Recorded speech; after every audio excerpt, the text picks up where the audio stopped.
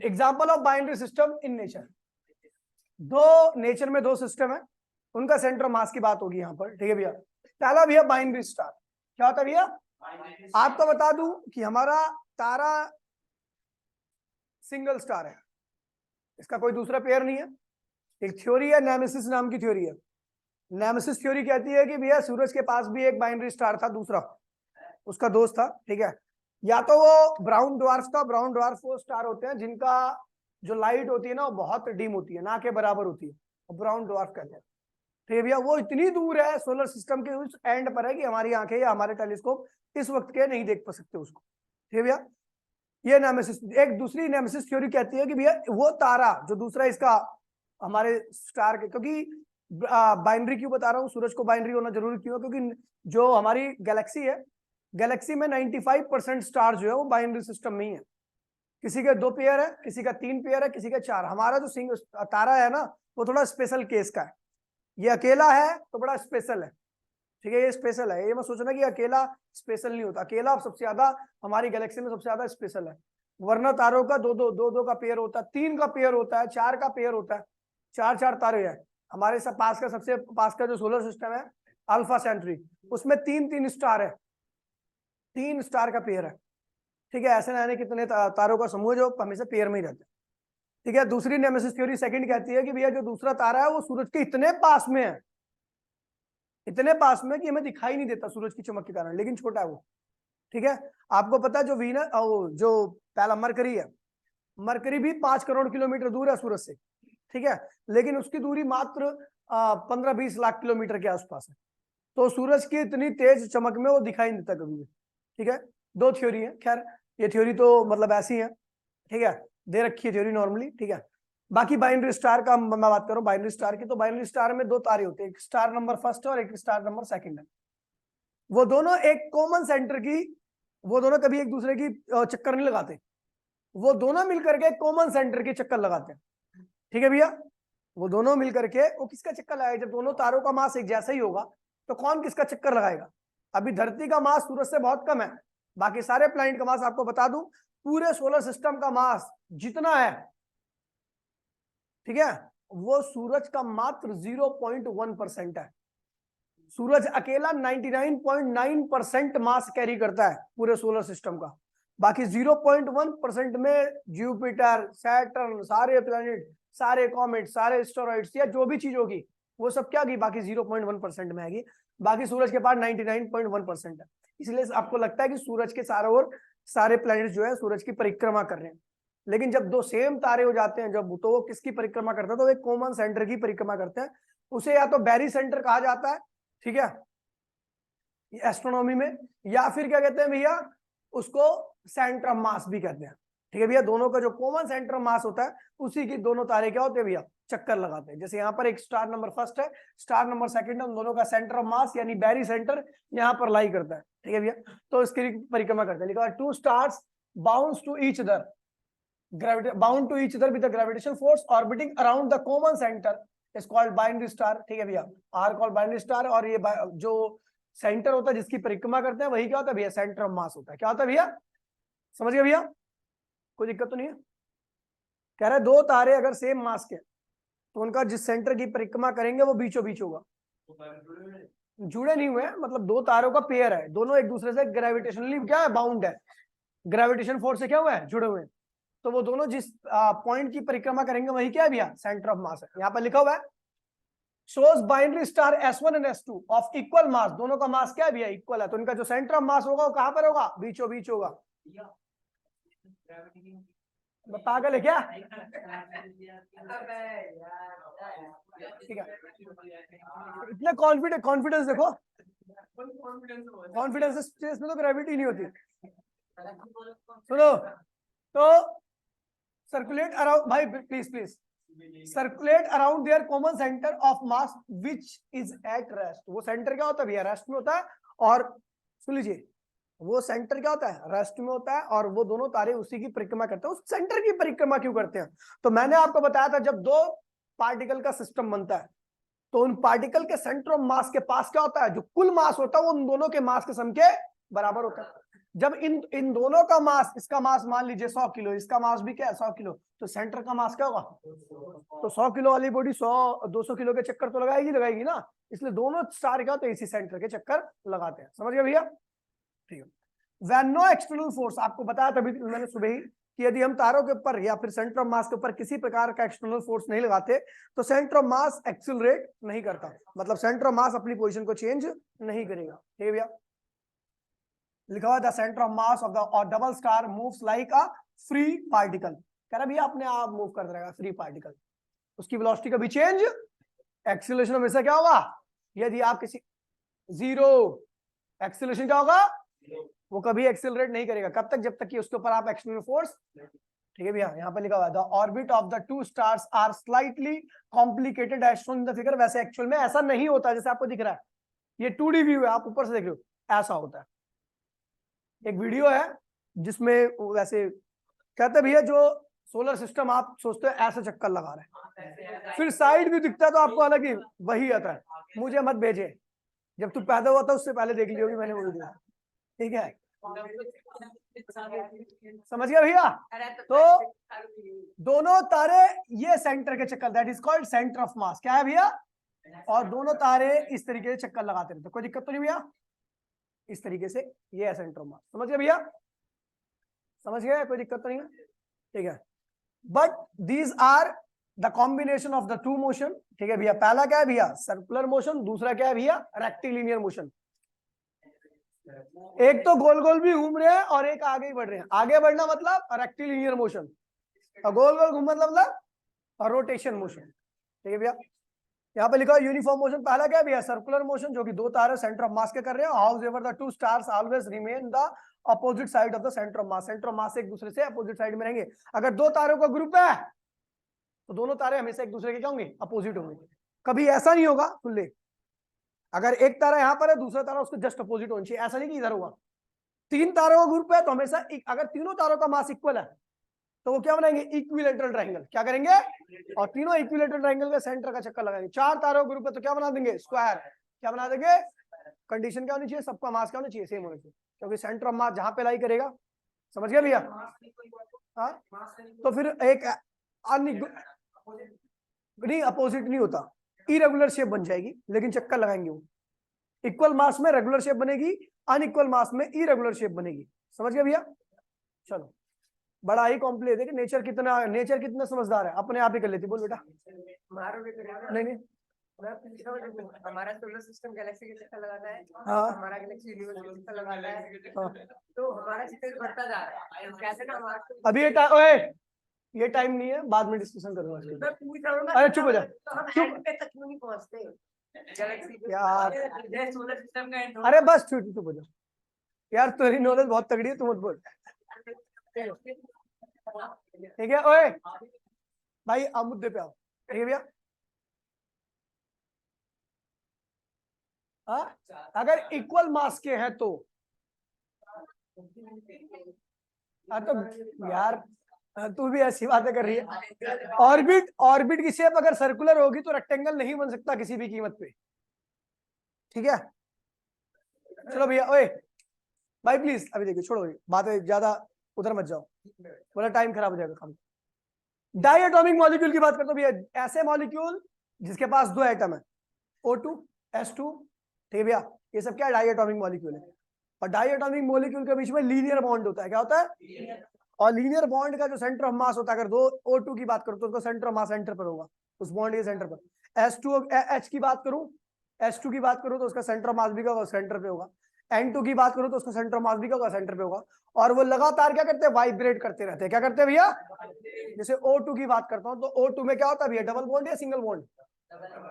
तो O2 के double bond से जुड़े होते हैं। और ये मॉलिक्यूल ऊपर जाएगा नीचे आएगा, ये ऊपर जाएगा नीचे आएगा, इसका सेंटर ऑफ मास क्या होगा? यहाँ पर होगा। ठीक है भैया? कोई दिक्कत तो नहीं है? इसको सेव कर देता हूं मैं।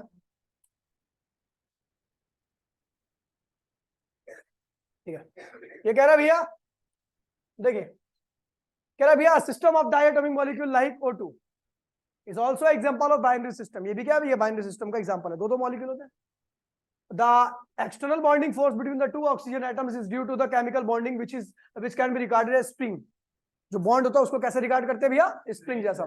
और जब आपको पता है भैया कि जब भी 0 केल्विन के ऊपर, 0 केल्विन जो होता है एब्सोल्यूट टेम्परेचर होता है नेचर में, उससे ज्यादा लोएस्ट टेम्परेचर एग्जिस्ट नहीं कर सकता।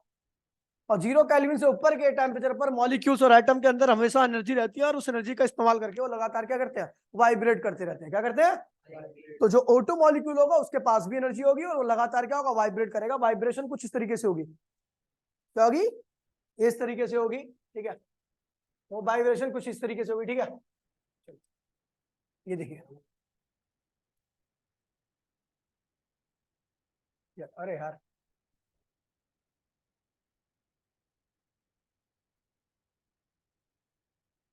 यही था ना, वो वाइब्रेशन कुछ इस तरीके से होगी। फिर अब ये ऑक्सीजन, ये दूसरा ऑक्सीजन है, हीट की वजह से ये दोनों क्या होंगे, लगातार वाइब्रेट करते रहेंगे। और जो वाइब्रेट करेंगे वो किसके अलॉन्ग रहेगा, centre of mass. Centre of मास कहाँ लाई करेगा, सेंटर में, क्योंकि ये क्या है, डाइएटॉमिक, आइडेंटिकल डाइएटॉमिक मॉलिक्यूल है, ठीक है भैया। तो वही लिखा हुआ है, ये आपको लिखने की आवश्यकता नहीं है, ठीक है। बस ये ध्यान रखना, एक बार पढ़ लेना आप लोग, ठीक है, हो जाएगा। लिखने में टाइम मत वेस्ट करना इसको, ठीक है।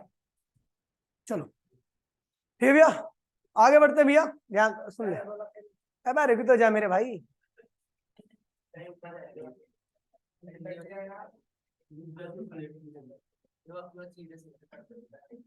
देखिए, अर्थ मून सिस्टम की बात करता हूं, बाइनरी सिस्टम भी तो है, अर्थ मून सिस्टम भी क्या है भैया, बाइनरी सिस्टम। ये भैया आपको पता है सूरज की परिक्रमा करती है धरती, और धरती की परिक्रमा करता है मून।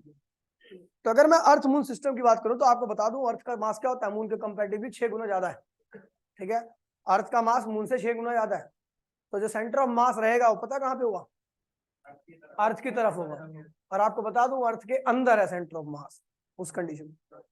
अर्थ इतनी भारी है कि जो अर्थ और मून सिस्टम का जो सेंटर ऑफ मास होता है वो कहाँ है भैया, अर्थ के अंदर आ गया थोड़ा, ठीक है भैया, समझ गया।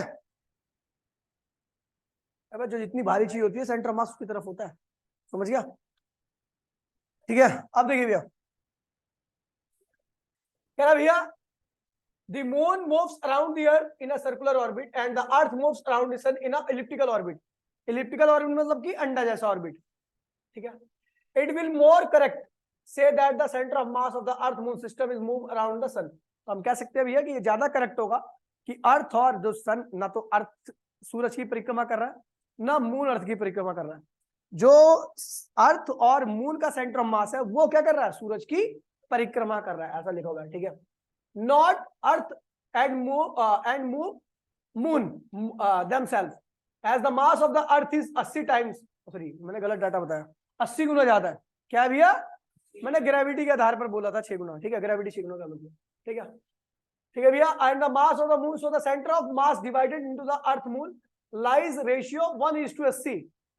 कह रहा भैया कि इनका जो सेंटर ऑफ मास रहेगा 1:80 के रेशियो में रहेगा, मतलब समझे, अर्थ के 80 गुना ज्यादा पास में रहेगा, ठीक है भैया। In fact the point lies inside the earth. क्या है भैया, ये पॉइंट कहां पर है, अर्थ के अंदर ही है, समझ गए। अर्थ मून सेंटर का जो सेंटर ऑफ मास है वो कहां पे आता है, अर्थ के अंदर ही है, ठीक है भैया। शोन इन द फिगर, यहां पर लिखा हुआ है here the mutual gravitational force between the earth and moon are internal force while sun attracts the both earth and moon are external force acting on the center of mass of the earth moon। देखिए भैया सुन लीजिए क्या कह रहा है, पता क्या है, देखिए आपको पता सेंटर ऑफ मास अपनी पोजीशन चेंज नहीं करता। मुझे यह भी पता है कि सर्कुलर मोशन कैसी होती है, एक्सेलरेटेड नेचर की होती है। कैसी होती है, all circular motions are accelerated motion. आप समझे, यानी सेंटर ऑफ मास क्या कर रहा है, अगर मून के चारों ओर सर्कुलर ऑर्बिट में घूम रहा है तो कैसी मोशन कर रहा है, एक्सेलरेटेड। अब वो एक्सेलरेशन कैसा है, देखिए अर्थ और मून एक सिस्टम है, और सिस्टम को बनाने वाले फोर्स को हम क्या कहते हैं भैया, इंटरनल फोर्स। और इंटरनल फोर्स की वजह से कभी भी कोई एक्सेलरेशन, कल बताया था मैंने। तो इसका मतलब जो एक्सटर्नल फोर्स है वो सूरज की ग्रेविटी है, जो अर्थ और मून के सेंटर ऑफ मास को अपनी तरफ क्या करती है, खींचती है। वो एक्सटर्नल फोर्स है जो कि सूरज के सॉरी अर्थ और मून के सेंटर ऑफ मास को अपने चारों ओर क्या करता है भैया, घुमाता है भैया। तो अर्थ और मून का जो सेंटर ऑफ मास है सूरज के चारों ओर घूमता है, यानी एक्सेलरेट करता है, और उस एक्सेलरेशन की वजह है सूरज की ग्रेविटी, खिंचाव, ग्रेविटेशनल फोर्स, ठीक है भैया। वो ग्रेविटेशनल फोर्स क्या करता है, उसके सेंटर ऑफ मास को लगातार क्या करता है भैया, एक्सेलरेट कराता रहता है। किसमें, सर्कुलर ऑर्बिट, इलिप्टिकल ऑर्बिट में। किसमें, इलिप्टिकल ऑर्बिट। समझ गया भैया, तो चीज ध्यान में रखना, ठीक है भैया।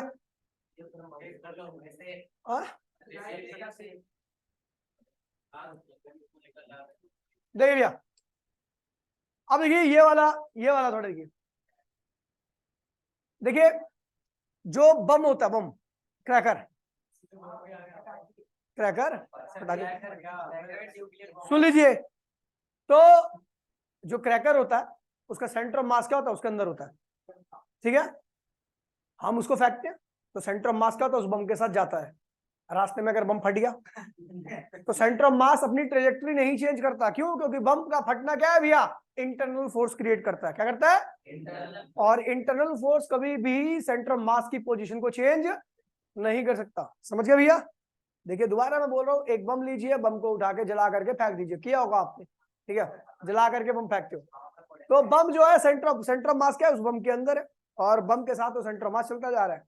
जैसे ही बम फटा, बम के टुकड़े टुकड़े हो गए, तब सेंटर ऑफ मास कहाँ गया, तो सेंटर ऑफ मास वहीं पर है। आपको बता देता हूँ, जो टुकड़े हैं, टुकड़े इस तरीके से इधर उधर फैलते हैं कि उन सब का जो सेंटर ऑफ मास का रिजल्ट आता है वो वहीं पर होता है जहां पर पहले बम था। समझ गया भैया।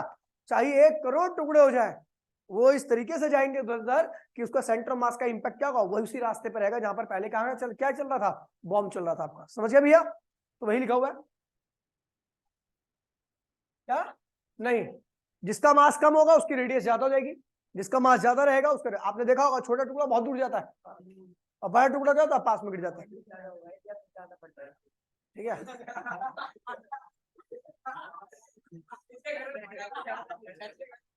बचा बचा के फोड़ियो।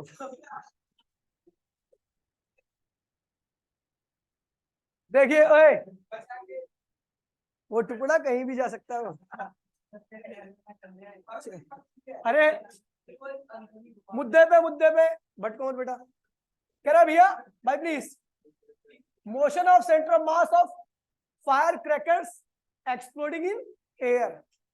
कह रहा भैया initial fire cracker moves along the parabolic path. इसमें मूव कर रहा है भैया, ये ध्यान रखना, इसको लिख भी लेना क्योंकि इसके क्वेश्चंस आते हैं, ठीक है।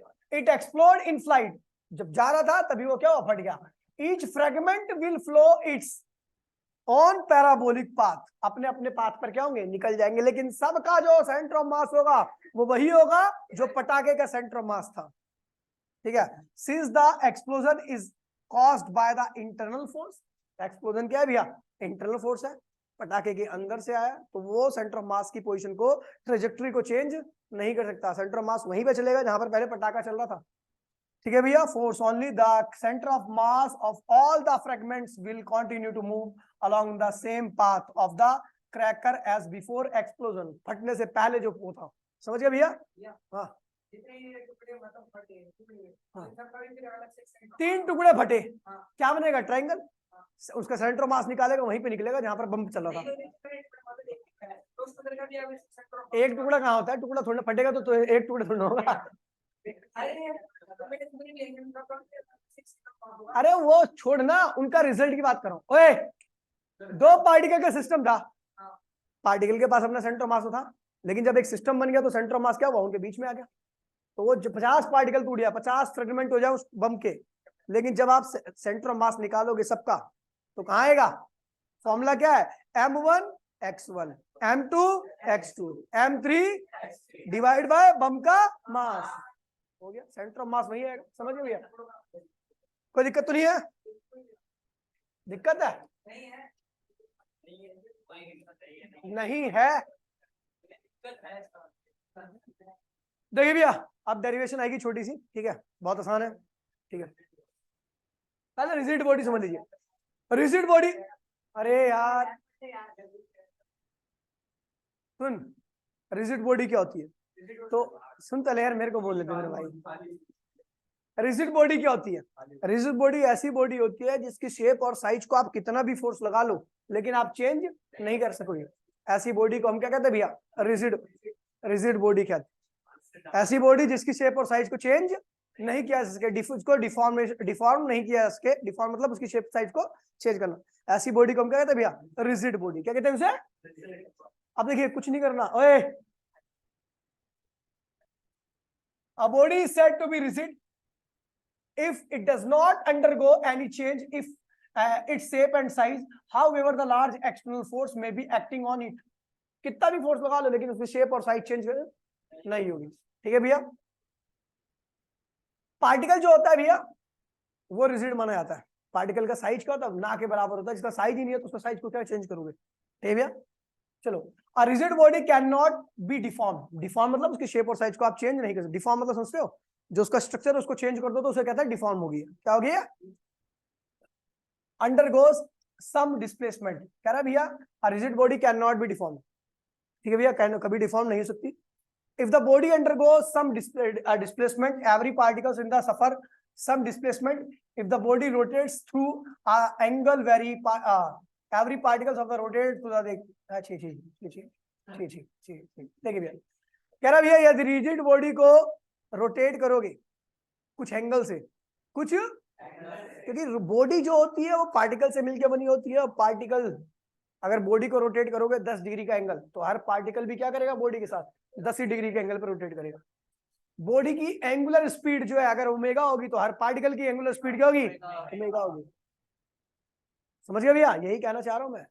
बहुत इंपॉर्टेंट टॉपिक है, अभी आगे पढ़ोगे कि अगर आप किसी भी बॉडी, चलो मैं एग्जांपल देता हूं, मैं अपनी बॉडी को 10 डिग्री ऐसे टर्न करता हूं तो मेरी बॉडी का हर एक पार्टिकल क्या होगा? 10 डिग्री टर्न हुआ है। हर पार्टिकल ने सेम एंगल बनाया है। हर पार्टिकल की आपको पता है ऐसा करने में 10 डिग्री का सबने एंगल बना लिया, सबके लिए टाइम भी क्या होगा? सेम होगा। टाइम सेम है, एंगल सेम है, इसलिए एंगुलर वेलोसिटी भी क्या होगी? सेम होगी। एंगुलर एक्सीलरेशन भी क्या होगा सबका?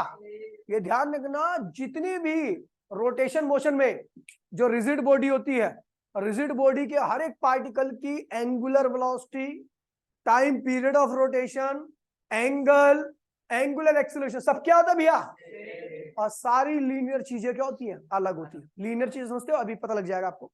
मैं एक एग्जांपल देता हूं, पंखा चल रहा है, ये पंखा चल रहा है, पंखे का जो एक्सिस ऑफ रोटेशन है इसके पास में जो भी पार्टिकल होंगे छोटा सर्कल बनाते हैं। ठीक है? मान लीजिए पंखा एक साइकिल पूरी रोटेट कर गया तो जो पंखड़ी के एंड के पार्टिकल हैं वो तो बहुत बड़ा सर्कल बना लेते हैं, लेकिन जो इस पंखे के एक्सिस ऑफ रोटेशन है, जो रॉड है, उसके पास के पार्टिकल छोटा सर्कल बनाते हैं। सब एक ही टाइम में सब एक रोटेशन कंप्लीट कर लेते हैं। अगर मैं देखूं सब एक जैसा एंगल बना रहे हैं, एक सर्कल में सब 360 डिग्री का एंगल बनाते हैं, यानी जो एंड वाला पॉइंट है वो भी 360 डिग्री का एंगल बना रहा है, और जो पंखे के एक्सिस ऑफ रोटेशन के पास वाला पॉइंट है वो भी क्या कर रहा है? 360। यानी सबका एंगल क्या है? सेम है। सबके लिए टाइम ऑफ रोटेशन क्या है? सेम है। सबकी एंगुलर वेलोसिटी क्या होगी? सेम होगी। यानी एंगल वाली चीज। लेकिन अगर मैं बात करूंगा लेंथ की तो बड़ा वाला पाथ किसका होगा? जो पंखे के पंखड़ी के एंड में होगा उसका पाथ बहुत बड़ा होगा, और जो पार्टिकल एक्सिस ऑफ रोटेशन के जो एक्सिस है उसके पास में होगा उसका पास बहुत छोटा होगा।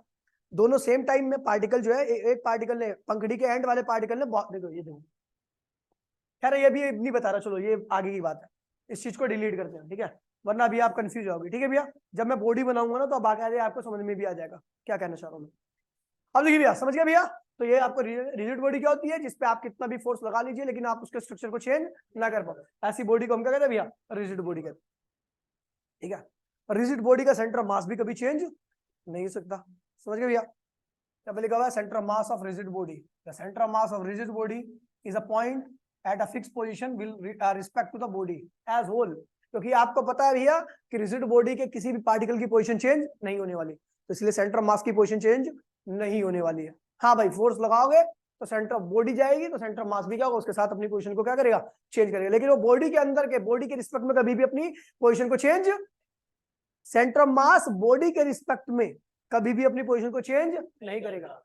समझ गए भैया? बाकी आप बाहर से फोर्स लगाओ, बॉडी चलेगी, सेंटर ऑफ मास भी क्या होगा? उस बॉडी के साथ चलेगा। समझ गए? समझ गए?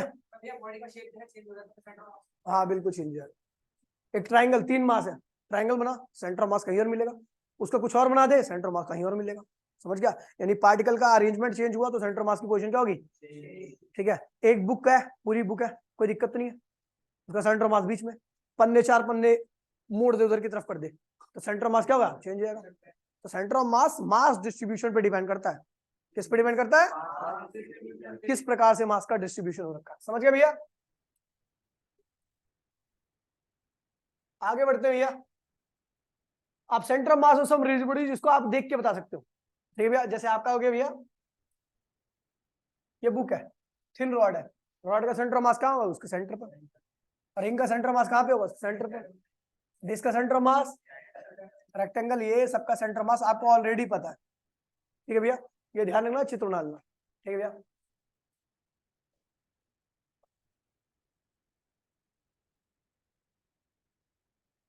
देखिए भैया, अब आ रहा भैया rotation motion of rigid body. Rigid body को घुमाते हैं तो क्या हुआ, ठीक है भैया? अब भैया इक्वेशन ऑफ रोटेशन मोशन करवाने जा रहा हूं मैं, ठीक है भैया? ये हटाओ साइड में, ये सीधा आते इस पे, ठीक है? Equation motion of rigid body.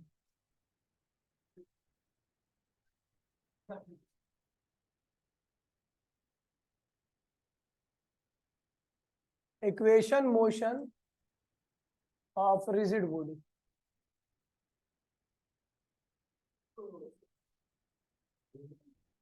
देखिए भैया, पहले आपको बता दूं, यहां पर ओमेगा 1 जो है वो इनिशियल एंगुलर वेलोसिटी बताता है, initial angular velocity.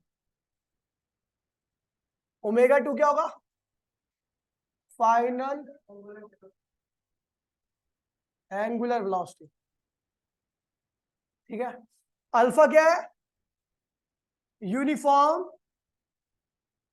Angular acceleration. मैंने पढ़ाया था यार आपको सर्कुलर मोशन में, जिसको नहीं पढ़ाया वो ध्यान रखो, ठीक है? ओमेगा, ओमेगा, ओमेगा जो होता है बता दो भैया आपका, ओमेगा होता है 2 पाई एफ। याद है? जिसने पढ़ रखा होगा उसको याद होगा, जिसको नहीं पढ़ रखा वो रट ले, 2 पाई एफ होता है। ओमेगा होता है 2 पाई एफ, ठीक है? अल्फा एंगुलर एक्सेलरेशन कहलाता है। थीटा एंगुलर डिस्प्लेसमेंट, या आप नॉर्मली कह सकते हो कि एंगल है, ठीक है भैया? यहाँ पर रोटेशन मोशन हो रही है, ध्यान दीजिएगा भैया, ठीक? और यहाँ पर टी क्या है? टाइम है। क्या है? ठीक है भैया? डेरिवेशन नहीं आती, आपको बता दे रहा हूँ पहले, ठीक है? इसकी डेरिवेशन नहीं आएगी, पक्की बात है, हाँ, लेकिन न्यूमेरिकल आएगा इसके ऊपर, ठीक है? न्यूमेरिकल आएगा, ठीक है भैया? तो ये होगी आपकी इनिशियल एंगुलर वेलोसिटी, ओमेगा 2 क्या होगी? Final angular velocity. Angular velocity क्या होती है? 2 पाई एफ। एफ मतलब फ्रीक्वेंसी, क्या है? फ्रीक्वेंसी, ठीक है भैया? और फ्रीक्वेंसी क्या होती है? Number of cycle in 1 second, number of cycle in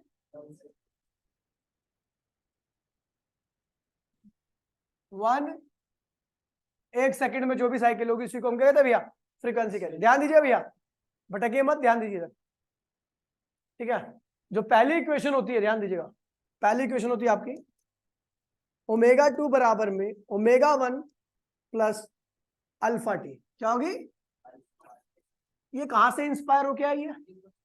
v equals to में u प्लस ओमेगा 2 क्या है भैया? Final velocity. यहाँ पर v क्या है? Final velocity. ओमेगा 1 क्या है? Initial angular velocity. u क्या है?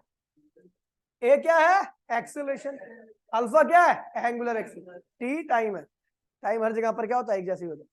ये भैया ड्राइव नहीं करा रहा मैं, डेरिवेशन नहीं आएगी इसकी, अगर कराना हो तो बता देना, मैं करा दूंगा एग्जाम के बाद, ठीक है? दूसरी क्वेश्चन क्या है भैया? एस इक्वल्स टू में यूटी प्लस, चलो दूसरी क्वेश्चन बता दो, आप बताओ। एस की ये एस क्या डिस्प्लेसमेंट है, तो यहाँ पर क्या आएगा? थीटा आएगा, एंगुलर डिस्प्लेसमेंट। और एक मिनट आपको बता दूं, थीटा जो होता है वो 2 पाई एन के बराबर होता है। 2 पाई, अब 2 पाई एन का मतलब क्या? अगर एक रोटेशन होगी तो थीटा की वैल्यू, एन की वैल्यू क्या होगी? 1। एन क्या है? Number of rotation. एन क्या है? Number of rotation. अगर मान लीजिए एक रोटेशन हुई है तो थीटा कितना होगा? 2 पाई। 2 रोटेशन हुई है तो 4 पाई। 3 रोटेशन हुई है तो 6 पाई। समझ गया? आधी रोटेशन हुई है तो 0.5 पाई। नहीं जल्दी करना, क्यों करो, आराम से करूंगा। यू क्या इनिशियल, और यहाँ पर इनिशियल क्या है? Omega 1 T plus half. यहाँ पर एक्सीलरेशन तो क्या होगा? अल्फा, ठीक है भैया? ध्यान दीजिए भैया, बस तेरे नाम का कुत्ता पालू इधर देख,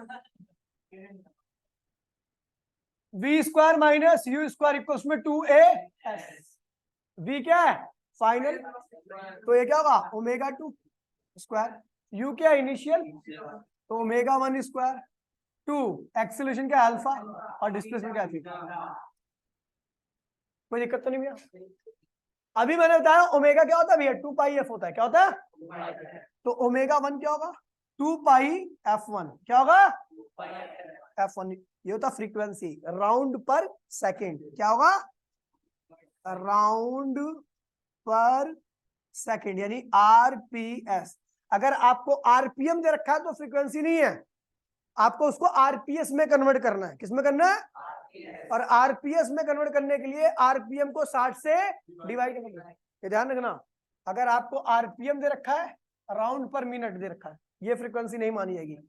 60 से डिवाइड करोगे तो क्या बन जाएगा ये आरपीएस, जिसे क्या कहते हैं भैया फ्रीक्वेंसी, क्या कहते हैं इसे भैया। कोई नहीं चलाया, कोई चलाया, बंद कर इसे, ठीक है नहीं इधर देख ले, टाइम मत खराब करा, नाथ पाड़ रहा साड़ा। ओमेगा 2 क्या होगा 2 पाई f2, क्या होगा भैया 2 पाई f2, f2 भी रखा होगा, समझ गए भैया। इन इक्वेशन का इस्तेमाल करके, बहुत आसान इक्वेशंस है, कोई दिक्कत नहीं, क्वेश्चन कराऊंगा तो बहुत लगेगा कितने टुच्चे क्वेश्चन है, ठीक है भैया। अब ये इक्वेशन ऑफ रोटेशन मोशन है, equation of rotation motion for rigid body, चलो ठीक है।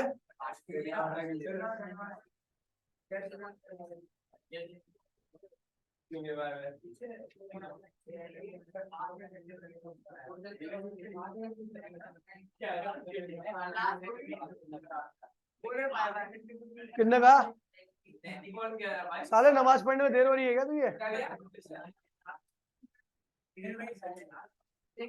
ओए मुद्दे पे आओ, देख अबे क्वेश्चन नहीं कराऊंगा तो मजा नहीं आता, आपको पता है मैं क्वेश्चन कराते कराता हूँ हर टॉपिक पे कंपलसरी है। ओए देखिए भैया,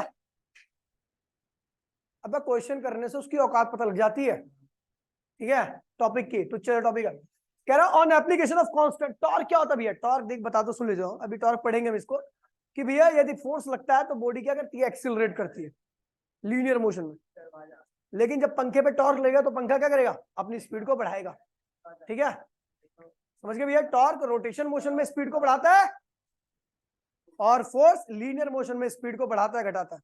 टॉर्क रोटेशन मोशन में स्पीड को घटाता बढ़ाता है और फोर्स लीनियर मोशन में स्पीड को बढ़ाता है घटाता है, ठीक है भैया। अगर मोशन की रोटेशन मोशन में रोटेशन मोशन की डायरेक्शन में टॉर्क लग गया तो पंखे की स्पीड क्या होगी बढ़ जाएगी, और रोटेशन मोशन में टॉर्क अगर आप पंखा चल रहा है ऐसे उल्टा लगा दो, टॉर्क क्या लग गया उल्टा लग गया, पंखे की स्पीड क्या होगी कम हो जाएगी। सेम वही है, बस वो एंगुलर मोशन हो गया एक, समझ गया। चलो भैया देखिए कह रहा भैया ऑन द भाई please on the application of torque the कितना टर्न होता है भैया, एंगल क्या है भैया 400 रेडियन, क्या है भैया एंगल 400 रेडियन, टाइम कितना है भैया 10 सेकेंड में, ठीक है भैया। फाइंड द एंगुलर एक्सेलरेशन, क्या है भैया एंगुलर एक्सेलरेशन निकालना, ठीक है भैया। क्या निकालना भैया, आपने टॉर्क लगाया तब घूमा, यानी उससे पहले वो रुका हुआ था, यानी ओमेगा 1 क्या होगा 0, ओमेगा 1 क्या होगा ओमेगा 1 0, ठीक है भैया। If the same torque continue start the, आपको एंगुलर एक्सेलरेशन निकालना, ठीक है भैया। देखिए हो गया खत्म, आपको पता है ये वाली इक्वेशन क्या निकालना है, अल्फा निकालना है, क्या निकालना है, तो भैया आपको बता दूं थीटा इक्वल्स टू में omega 1 t plus half alpha t square, ए भैया इस इक्वेशन में डालिए, आंसर आ गया खत्म, आ गया अल्फा, बोलो हाँ अल्फा आ गया। दूसरा देखिए कह रहा भैया if the same torque continues to act, यही टॉर्क लग रहा है तो यही एक्सेलरेशन आएगा, टॉर्क सेम, फोर्स सेम रहता तो एक्सेलरेशन सेम होती है, टॉर्क सेम रहेगा तो एंगुलर एक्सेलरेशन भी क्या होगी सेम होगी, तो यही अल्फा लेना है। अल्फा आपको फाइंड कर लिया हमने, क्या कर लिया नहीं पहले वाले पार्ट में फाइंड कर लिया। कह रहा भैया ये टॉर्क कितने टाइम तक लगा भैया, टाइम कितना है भैया 20 सेकंड तक, क्या लगा है 20 सेकंड तक लगा है, ठीक है भैया। कह रहा है आप फाइनल वेलोसिटी बताओ, क्या बताओ ओमेगा 1 क्या है भैया 0, आपको क्या निकालना ओमेगा 2 क्वेश्चन मार्क, तो देखिए क्या आती है फर्स्ट इक्वेशन क्या कहती है भैया, ओमेगा 2 बराबर में omega 1 plus alpha T. Omega 1 क्या है भैया 0, ओमेगा अल्फा क्या है भैया निकाल लिया हमने यहां से, ठीक है भैया। और टाइम 20 सेकंड दे रखा है, हो गया, कोई दिक्कत तो नहीं है, बढ़िया।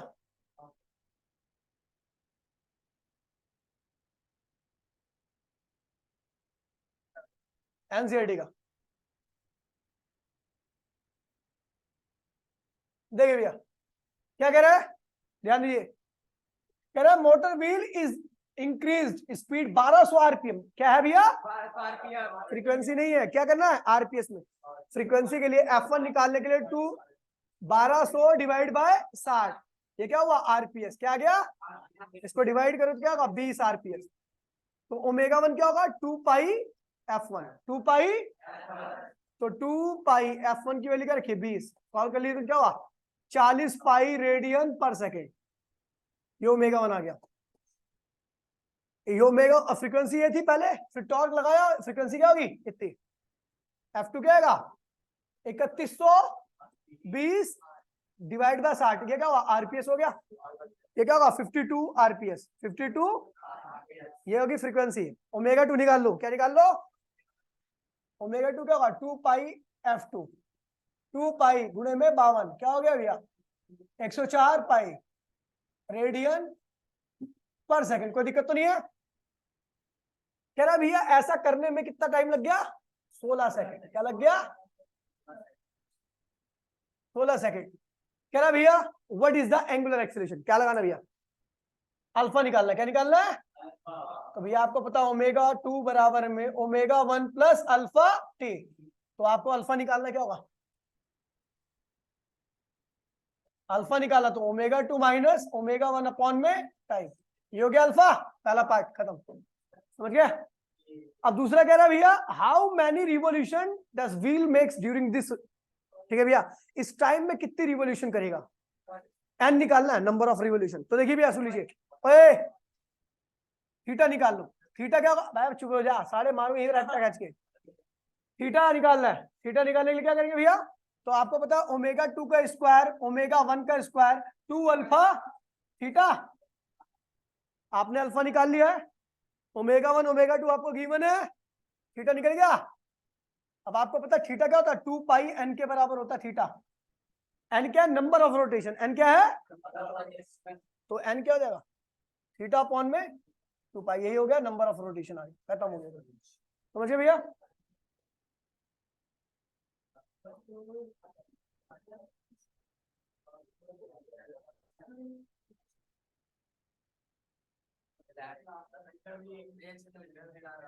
देखिए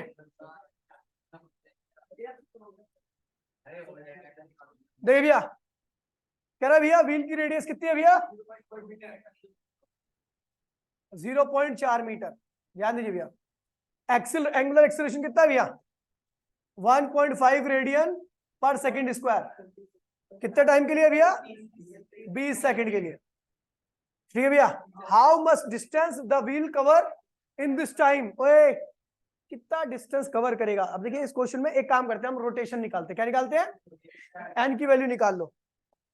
अब एन निकल आएगा, एन कैसे, पहले थीटा निकालो, थीटा क्या होता है भैया omega 1 T plus half alpha t square, omega 1 की वैल्यू भैया क्या है 0, क्या है कैसे पता, तो भैया क्या है भैया व्हील ये एक्सिलरेट करता है रेस्ट से, ओमेगा 1 क्या होगा 0 का, ओमेगा 1 0 तो थीटा आ गया, थीटा आ गया तो भैया क्या होगा, थीटा क्या होता है 2 पाई एन के बराबर होता है, तो यहां से एन आएगा थीटा अपॉन में 2 पाई, इतना, इसका मतलब इतनी रोटेशन की व्हील ने, इतनी रोटेशन की। आपको पता है व्हील एक रोटेशन में distance travel by wheel, distance travel